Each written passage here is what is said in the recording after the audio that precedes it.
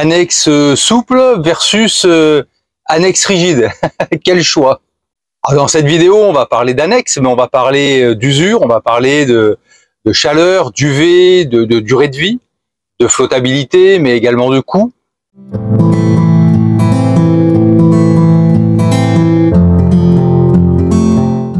Bienvenue sur Ikigai Voyage, la chaîne où on parle de voile, de voyage et de changement de vie. Lorsque nous sommes partis, il y a maintenant, il y a 2 ans à peu près, enfin non, il y a 2 ans, nous avions une annexe, c'était une annexe semi-rigide, une 3D quelque chose, là, tout le monde la connaît. Alors c'était l'annexe qui était fournie, qui était avec le bateau, hein, lorsqu'on a acheté le bateau. Avec Moufida, on a une tradition. Avant chaque grande nave, lorsqu'on s'est posé quelques jours sur un mouillage, avant de repartir, la veille au soir, on va boire un coup à terre. Nous étions à Solaire, au Baléares, sur l'île de Majorque, et puis alors on avait prévu une nave de nuit, donc on partait vers 20 h et vers 18 h on est parti boire un verre, et en remontant sur l'annexe pour repartir, on entend ah, ça c'était pas bon signe. Vite on est monté dans l'annexe et puis on a filé au bateau. Le temps de sortir l'annexe, de la mettre sur les bossoirs, elle était complètement dégonflée. Initialement, nous avions prévu d'aller mouiller à Ibiza, et sans annexe, là, on était contraint d'aller au port, parce que c'est lorsqu'on n'a plus d'annexe qu'on s'aperçoit que sans ce moyen de faire la liaison entre le bateau et la terre, on reste prisonnier du bateau. À partir de là, on a dû bien réfléchir au choix qu'on allait faire après. Est-ce que on réinvestissait dans une annexe? Est-ce que on partait sur un canoë? Ou voilà, quelles allaient être les décisions qu'on allait prendre? Au niveau du choix, on avait le choix entre différents types d'annexes, hein, soit une annexe souple, soit une annexe rigide ou une semi-rigide. Pour l'annexe souple, le choix, c'était aussi le choix du fond. Est-ce que c'était un fond gonflable, un fond à latte ou un fond solide? Ensuite vient le choix du matériau. Est-ce que, si c'est une annexe souple, est-ce qu'on partait sur du PVC, sur de l'hypalon? Si c'est une annexe semi-rigide, là aussi on a le choix du fond, hein. Ça peut être de l'alu, ça peut être un matériau composite quelconque. Et puis si c'est une annexe complètement rigide, là aussi, est-ce que on est sur du contreplaqué avec une résine? Est-ce qu'on va être sur, on va dire, du plastique, hein? Globalement, c'est du polyéthylène. C'est ce gros plastique là, très très dur, avec lesquels on fait les canoës, les rotomoulés. Enfin, il y avait, on a le choix quand même au niveau des matériaux. Et pour les annexes souples, on peut avoir un fond plat, on peut avoir une forme de V, hein, qui peut être donnée par un boudin qui va être gonflé sous la bâche. Enfin, entre la bâche et le fond gonflable ou le fond en dur. Mais si c'est une rigide, on peut aussi avoir une forme de barque, par exemple. On peut avoir aussi une forme de kata avec deux flotteurs. En bref, on a quand même différentes combinaisons possibles, différentes alternatives. Et puis après, ce qui va aussi déterminer les choix, ça va être l'usage qu'on va faire de l'annexe, ça va être sa longueur. Souvent, on remarque que pour des bateaux de moins de 12 mètres, on a des annexes qui vont jusqu'à 2,50 m. Et puis, quand le bateau fait 12 mètres et plus, souvent plus, on va avoir des annexes qui peuvent aller jusqu'à 3,50 m. Ce qui va déterminer aussi, ça va être le poids du moteur. Ça va être le nombre de personnes qu'on va transporter, la fréquence d'utilisation de l'annexe.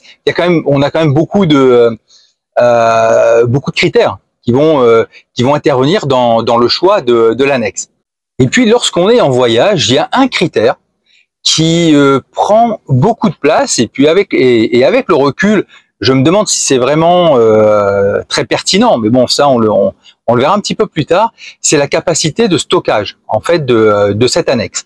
Et je laisse chacun faire ses choix, libre de ses choix, de ses choix de critères, de ses choix en fonction de son analyse, en fonction de ce qu'il estime important, et pour aboutir ensuite à une décision d'achat. Mais au final, avec le recul, il y a un critère que nous avions sous-estimé énormément, c'est l'usure. L'usure des matériaux due essentiellement au soleil, aux UV, et due à la chaleur. On pense souvent aux UV lorsqu'on se dit est-ce que je vais prendre plutôt PVC, plutôt Hypalon, mais la chaleur est un élément qui est extrêmement présent, et nos annexes souffrent énormément en zone tropicale. Et c'est vrai que lorsque moi je pense à l'usure, je pensais au ragage, mais surtout au ragage lorsque on allait bitcher. Et en fait, c'est pas là où on va avoir les plus grosses problématiques d'usure, mais bien des problématiques liées au soleil, liées aux UV et surtout liées à la chaleur. En quittant Ibiza, donc il nous restait que 2 étapes pour solutionner cette problématique d'annexe. Carthagène et puis Gibraltar. À Carthagène, on a décidé d'acheter un canoë gonflable, pour se dire, à minima, soit si on perd le moteur, si on perd l'annexe, on a toujours un moyen pour gagner la terre, et un canoë gonflable 3 places, parce que ça nous permettait aussi de charger si on avait des courses à faire. Alors ce canoë nous a énormément servi, on s'en est beaucoup servi, soit comme engin de plage, soit pour aller pour remplacer l'annexe lorsqu'on voulait pas mettre l'annexe à l'eau. Moi je m'en suis servi pour regagner la terre, et lorsque j'avais une nuit à passer à terre et que je ne voulais pas laisser l'annexe au ponton, donc je partais avec le canoë, mais c'est vrai que ça faisait quand même avec le diable dedans, il fallait le gonfler, traverser, sortir le canoë de l'eau, faire gaffe de pas mettre du sable partout, le dégonfler, le rouler, c'est un gros, même rangé, il prend quand même pas mal de place. Du coup, on a investi en plus de ce canoë sur un canoë plus petit, un canoë 1 place, lui en dur. Et lorsque je dois partir à terre et descendre à terre, je dois rester une nuit à terre. Là, celui-là, je sais que je peux l'attacher. Je l'attache à un cocotier, je l'attache et il a une grosse poignée qui fait que avec une chaîne et puis du câbleau, du câble, il est quand même sécurisé. Voilà le dernier arrivé sur Ikigai. Alors ça, c'est vraiment bien parce que il prend pas beaucoup de place, il est pas lourd. Je peux le monter tout seul sur le bateau. Et puis en navigation, j'arrive à le ranger sans qu'il prenne trop de place. Et puis, ce qui est vraiment intéressant, ça va être cette poignée là-bas. Parce que cette poignée, on peut y passer une chaîne, on peut y passer du gros câble métal. Et ça permet de bien le sécuriser.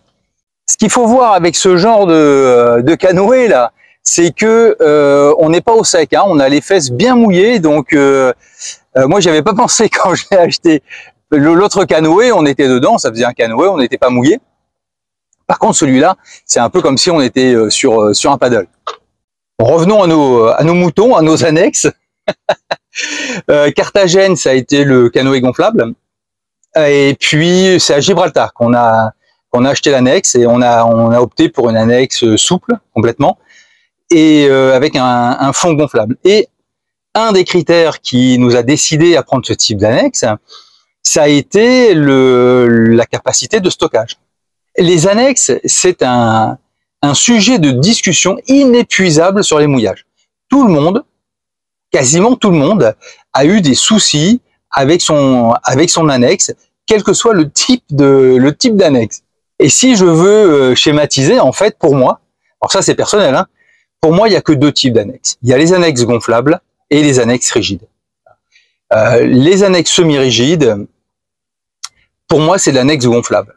L'annexe souple, alors quand je dis souple, c'est l'annexe gonflable, complètement gonflable. Après, avec un fond gonflable ou à latte, hein, mais le corps de l'annexe, c'est du boudin gonflable. Alors, ça a des avantages. Ça a l'avantage d'être léger, hein, et puis ça a l'avantage de pouvoir se stocker. Et là, on retrouve la notion de stockage de l'annexe. Mais personnellement, c'est pour moi cette notion de stockage, c'est pas une notion optimale parce qu'en réalité, depuis que on l'utilise cette annexe, on l'a jamais complètement rangée. On l'a gonflée et puis ensuite on la stocke sur les bossoirs. Alors le soir on la monte, donc elle est sur les bossoirs avec le moteur. Quand on fait, nous dès qu'on se déplace, on monte l'annexe. Alors si c'est des petites naves à la demi-journée, bon bah on monte l'annexe avec le moteur sur l'annexe. Si c'est des naves plus longues d'un jour, 2 jours ou plus, on va enlever le moteur, on va le mettre sur le balcon et puis ensuite on va monter l'annexe. Donc l'annexe est tout le temps sur les bossoirs. Le seul moment où nous on l'a re-rangé, ça a été en transat en fait. Mais ensuite, dès qu'on l'a ressortie, elle n'est plus jamais, on l'a plus jamais remise dans son sac et restockée. En plus, pour la stocker, ça prend quand même pas mal de place. Ça prend moins de place qu'une annexe rigide. Mais bah, nous, on l'a stockée dans la douche. Donc, bah, ça bloquait la douche. Et ce qui se passe, en fait, cette annexe, ça fait 3 fois que je la répare. Et elle n'est pas percée, elle n'est pas poreuse. Hein. Enfin, elle s'est pas décousue, elle n'est pas poreuse. La première fois, ce que j'ai réparé, c'est le fond. J'étais au ponton et puis il y a des enfants qui pêchaient. Bon bah, elle a pris un hameçon. Alors heureusement pas sur un boudin, mais sur le fond de l'annexe. Donc il a fallu que je répare le fond de l'annexe. La deuxième réparation que j'ai faite, c'était une réparation qui concernait le tableau arrière. Le tableau arrière se décollait des boudins. Donc là, il a fallu que je le recolle. Alors j'ai fait 4 opérations. La 3e opération, ça a été, mais je l'ai fait pendant que je faisais le tableau arrière, ça a été tous les petits patchs qu'on a sur l'annexe, ce qui tient les dames de nage, ce qui va tenir l'équipement qui permet de saisir une sorte de U là, qui permet de saisir la rame, les patchs là qui tiennent les anneaux pour soulever l'annexe. Bon bah tout ça, ça se décollait et ça se décollait à cause de la chaleur. La chaleur fait que la colle, elle travaille et puis à un moment donné, les choses se décollent. Donc là, c'est pas une question de se dire j'ai protégé le boudin avec un taux, etc. Hein, ou c'est de l'hypalon ou c'est du PVC. Là, sont carrément les patchs qui maintiennent les différents équipements qui se décollent. Et là, demain, je vais m'occuper de recoller sur le fond de l'annexe une couture. Alors une couture d'angle hein, qui s'est décollée aussi. Donc j'ai pas du tout de problème de porosité, mais des problèmes de décollement. Et ça c'est quand même c'est embêtant. Et surtout le fond, c'est pas quelque chose non plus qu'on va protéger avec un taux. Les personnes qui ont un pied à terre peuvent se dire quand je répare l'annexe, je la prends, je la mets à terre, et puis je fais le travail dans un atelier, dans un jardin ou autre. Mais nous qui vivons sur les bateaux, il faut réparer sur le bateau. Et donc ça veut dire monter l'annexe sur le bateau. Donc là, la question du poids de l'annexe se repose, le fait d'être seul ou pas pour monter l'annexe sur le bateau. Et puis il y a un autre élément, c'est que quand vous commencez à faire vos mélanges entre la colle, le catalyseur, etc., souvent on vous dit voilà, c'est un mélange à 6%, 7%. Donc on va peser, on va mesurer. Mais sur un bateau qui est tout le temps en mouvement, je peux vous dire que mesurer tel poids de catalyseur ou autre sur une balance, comment dire, les balances de précision. Et à chaque fois que vous montez sur la vague et vous descendez la houle, et à chaque fois votre poids change sur la balance. Donc c'est pas hyper pratique à faire sur le bateau. Et là encore, le fait d'avoir le canoë, ça vous sauve, parce que du coup, vous restez pas bloqué sur le bateau par rapport au temps de séchage, par exemple. Entre le moment où vous nettoyez, le moment où vous mettez votre colle et puis vous laissez sécher, il peut se passer 24, 48 heures ou plus, hein, parce que des fois, pendant 72 heures, on peut pas remettre sous pression, selon les colles et puis les matériaux, les prescriptions hein, des fournisseurs. Donc, si vous avez un canoë ou un autre moyen de gagner la terre, là, vous n'êtes pas bloqué à terre. L'annexe rigide, elle a des avantages. Hein. Alors d'abord, elle a un avantage d'être extrêmement résistante, hein, d'être sans entretien. On n'a pas besoin d'y mettre une protection non plus. Ensuite, son inconvénient, c'est ça va être son poids, parce que ce sont des annexes qui généralement sont plus lourdes que des annexes souples, hein, complètement souples. Hein, je parle pas des semi-rigides. Et puis l'encombrement, ça veut dire que là, pour le coup, comment on va stocker l'annexe pendant les longues navigations. Alors ensuite vient le tour des semi-rigides. Je les ai pas oubliés. Alors pour moi, les semi-rigides, elles ont l'avantage des deux et elles ont les inconvénients des deux. Avantage de l'annexe souple. Le premier avantage pour moi, c'est la stabilité. Parce que c'est vrai qu'on a un engin qui est relativement stable. Forcément, hein, l'ensemble des parois de l'embarcation flotte, vu que c'est de l'air.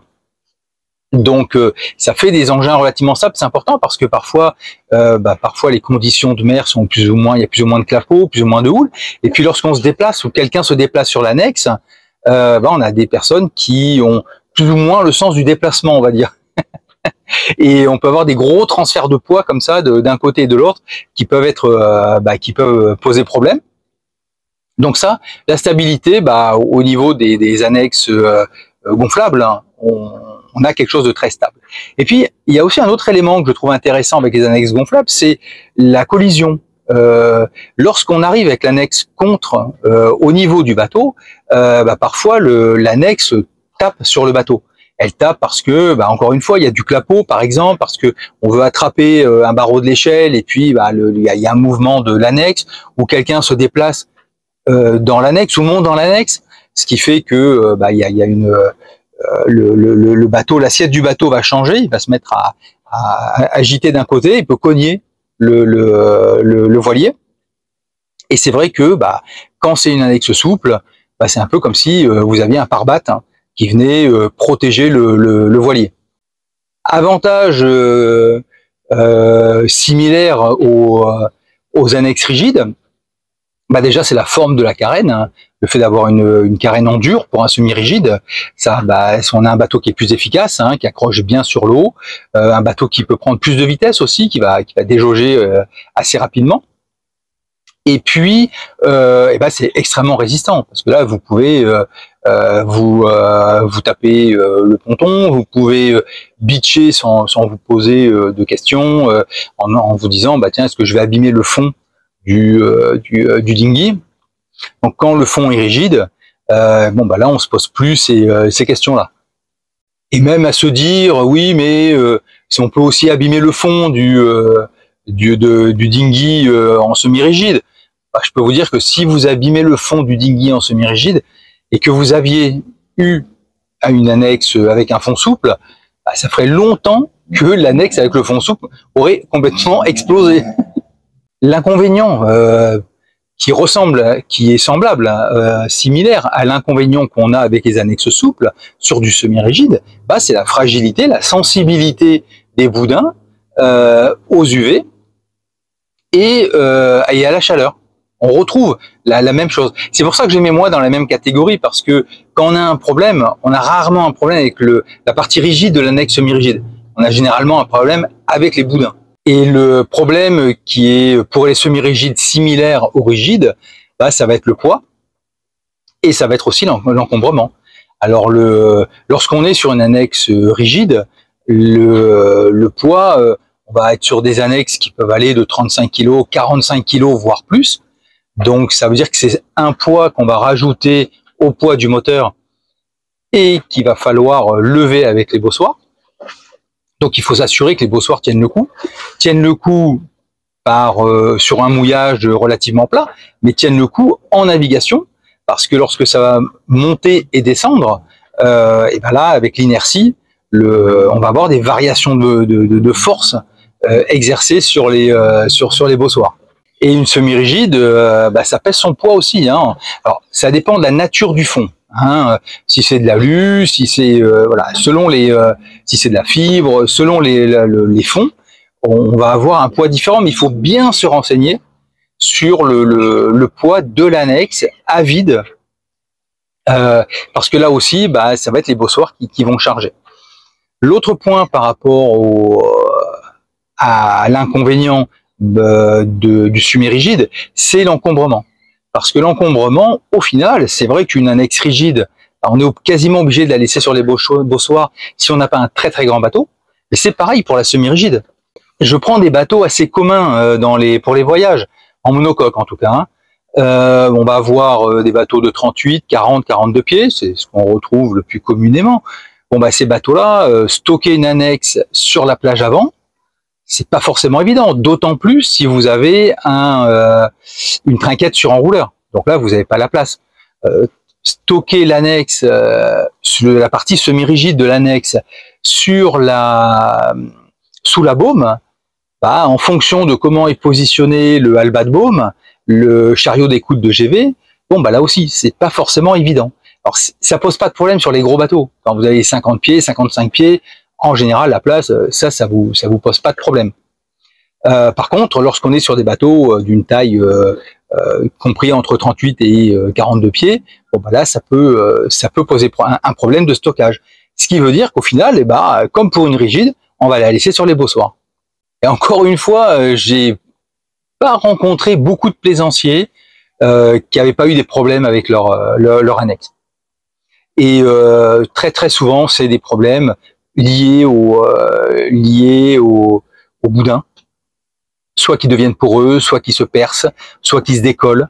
Voilà, c'est souvent ça tourne autour de ça. Alors c'est vrai qu'on nous dit oui non mais le PVC, t'en as pour 10 ou 15 ans, l'Hypalon pour 15 ans et plus. Bon, moi dans les faits, ce que je constate, c'est que entre 2 et 5 ans déjà sur les PVC, on commence à avoir des problèmes, et que l'Hypalon, à partir de 5 ans, j'ai rencontré des personnes qui m'ont dit ça m'a coûté un bras, cette annexe m'a coûté un bras, et finalement ça fait 5 ans que je l'ai, elle tient plus la pression. Alors certains ont une option un peu particulière. Alors particulière, c'est pas, je dis pas ça en termes de jugement, hein, mais particulière parce que elle est spécifique en fait. C'est que ils vont partir du principe que l'annexe est inconsommable, donc ils mettent pas cher dans l'annexe, ils mettent 400, 500 euros. Bon après chacun a sa notion du pas cher. Et se disent bah, de toute façon elle va tenir 2 ans, puis dans 2 ans je vais la changer, donc je mets pas 2000, 2500 euros dans une annexe. Alors ça c'est une vision qui marche à mon avis lorsqu'on fait des périples d'1 an, parce que de toute façon on part, on revient, c'est valable sur un premier tour de l'Atlantique ou un deuxième tour de l'Atlantique, mais bon à la limite après le premier tour de l'Atlantique on change l'annexe, mais on se retrouve dans des lieux où il y a de la disponibilité, où il y a du choix, et puis surtout où les tarifs sont quand même relativement inférieurs que ce qu'on peut trouver ensuite sous les tropiques. Donc se dire bon bah voilà, moi cette annexe elle va me coûter 600 euros, sous les tropiques cette annexe va vous coûter 800, 900 ou 1000 euros. Donc là pour le coup on n'est plus dans les mêmes problématiques. Et lorsqu'on part pour plusieurs années sans date de retour, et puis sans possibilité de faire venir quelque chose. Parce que vous avez un ordinateur qui claque, vous dites, bon bah tiens, j'ai de la famille qui va venir me voir, ou des copains qui vont venir, je commande un ordinateur, je le fais livrer chez eux, ils me le ramènent, ou un aérien, un anémomètre ou autre, ils me le ramènent dans les bagages, voilà. Bon, l'annexe, vous n'allez pas la ramener dans les bagages. Donc là, la problématique de la durabilité, elle se pose vraiment. Et du coup, le questionnement, est-ce que je pars sur quelque chose de rigide ou quelque chose de souple, bah, la question se pose. En tout cas, pour nous, elle se pose sur Ikigai, et ça fait son chemin. Mais je pense que le jour où cette annexe va complètement nous lâcher, je pense que nous, on partira sur du rigide. Parce que le rigide, au final, on n'a plus ce questionnement autour du voilà, est-ce que je vais pas frotter quelque part, est-ce que on va pas me la percer, mais pas, je parle pas de la percer intentionnellement, hein, mais voilà, un gamin qui joue à côté, ou alors des annexes qui viennent se coller, puis finalement la quantité d'annexes fait que la vôtre elle est compressée contre un bout du ponton où il y a un boulon un peu pointu ou avec une sorte de copeau là qui peut abîmer l'annexe. Est-ce que elle va pas à un moment donné perdre la pression, se décoller, etc. dans un endroit où j'aurais pas de colle, où j'aurais plus de colle parce que j'aurais déjà recollé et puis j'aurais pas eu la possibilité de rajouter de la colle. Enfin, ça fait quand même pas mal de questions qui se posent. Après, il y a des problématiques spécifiques aussi par rapport aux annexes rigides. Parce que les annexes rigides, vous allez avoir deux types d'annexes rigides. L'annexe qui va avoir une forme de barque, alors je schématise, hein, et puis l'annexe qui va avoir une forme d'annexe gonflable ou de petit catamaran. L'annexe en forme de barque, c'est par exemple Walker Bay fait ça. Alors ils l'ont en 8 pieds, ils l'ont en 10 pieds. Alors en même temps, ça fait dériveur. On peut mettre une voile et puis s'en servir de dériveur, mais on peut s'en servir aussi d'annexe. Il y a un support pour pouvoir placer un moteur. Alors ça, on retrouve toutes les problématiques des barques, c'est-à-dire que ça peut se remplir, donc ça peut couler, ça peut chavirer. Et alors quand je dis se remplir, par exemple, lorsqu'on est en saison des pluies et qu'il pleut beaucoup et qu'on n'est pas sur le bateau, ou alors qu'on a laissé l'annexe au ponton pendant plusieurs nuits, il est pas rare de voir des annexes comme ça en forme de barque qui ont un peu la tranche dans l'eau quand même, on va dire. Ça veut dire aussi que les déplacements sur l'annexe, ils doivent être un peu plus maîtrisés, on va dire, justement pour éviter qu'il y ait le bord de l'annexe qui parte dans l'eau et qui vienne vous remplir le bateau. Par contre, pour beaucoup de ces annexes, elles sont dans ce gros plastique, un peu comme on a vu sur le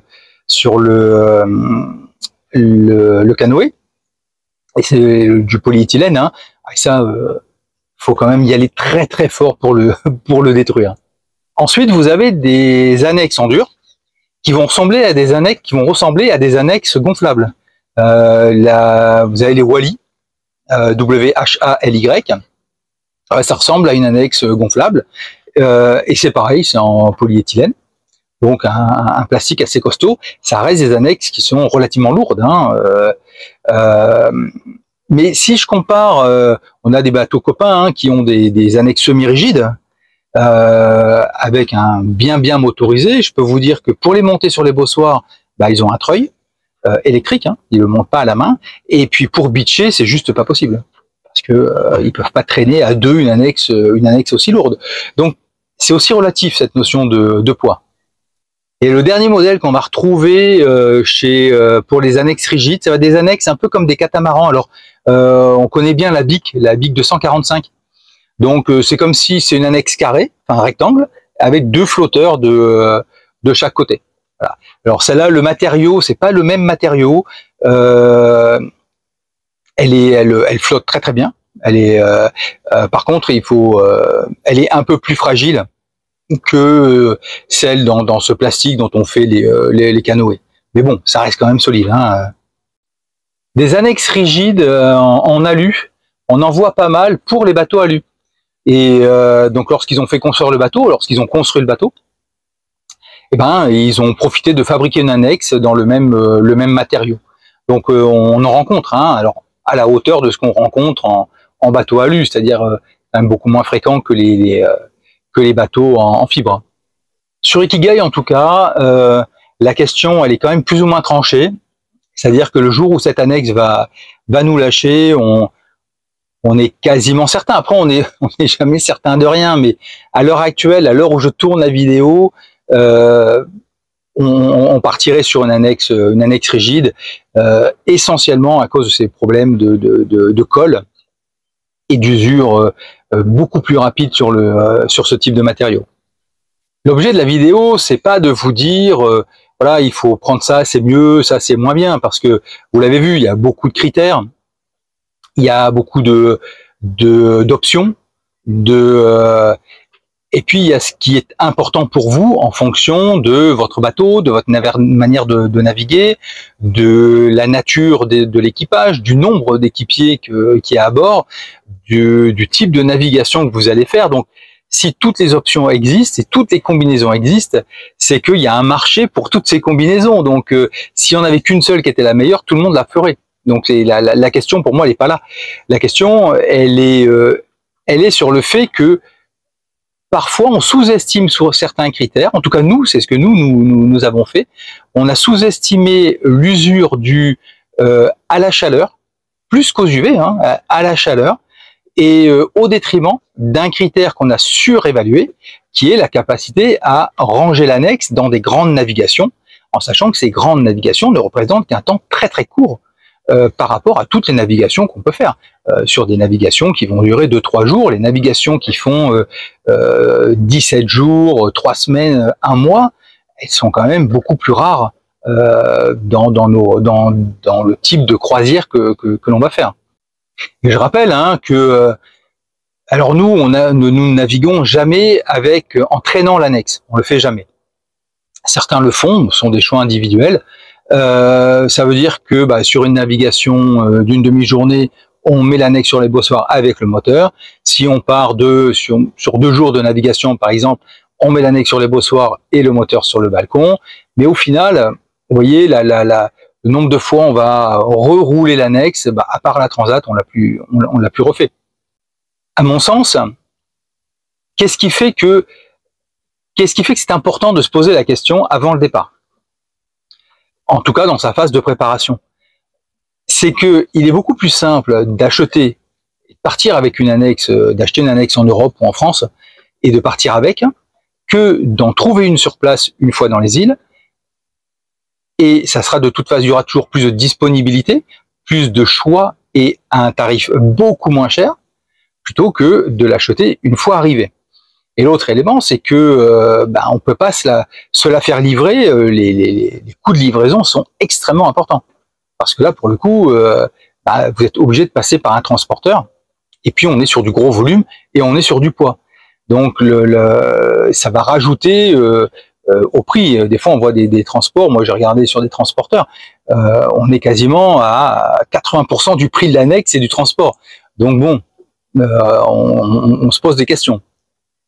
N'hésitez pas à imaginer différents scénarios par rapport à cette annexe. Moi, ce que je remarque aussi, c'est que les locaux ont pas d'annexe gonflable, c'est trop fragile d'une manière générale. Et puis l'annexe, c'est vraiment notre véhicule à tout faire, et donc c'est plus, faut que tu sois robuste. Faut que on n'ait pas peur de l'abîmer, il faut qu'elle soit fiable dans le temps. N'hésitez pas non plus à tester des annexes.